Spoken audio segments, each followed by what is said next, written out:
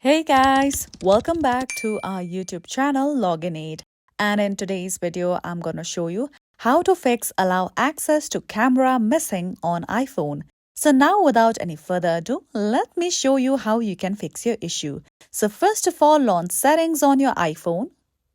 Now once you are here, simply tap on the option of screen time.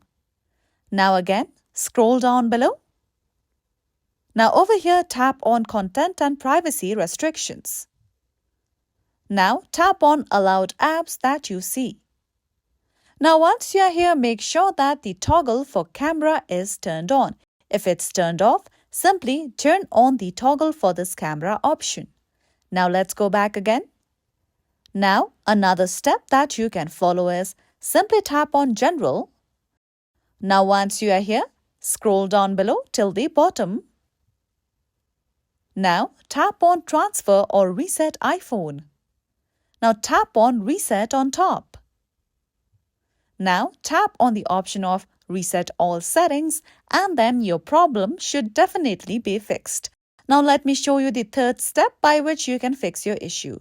Now just go back to the main settings page on your iPhone and then simply scroll down below. Then tap on the option of Privacy and Security.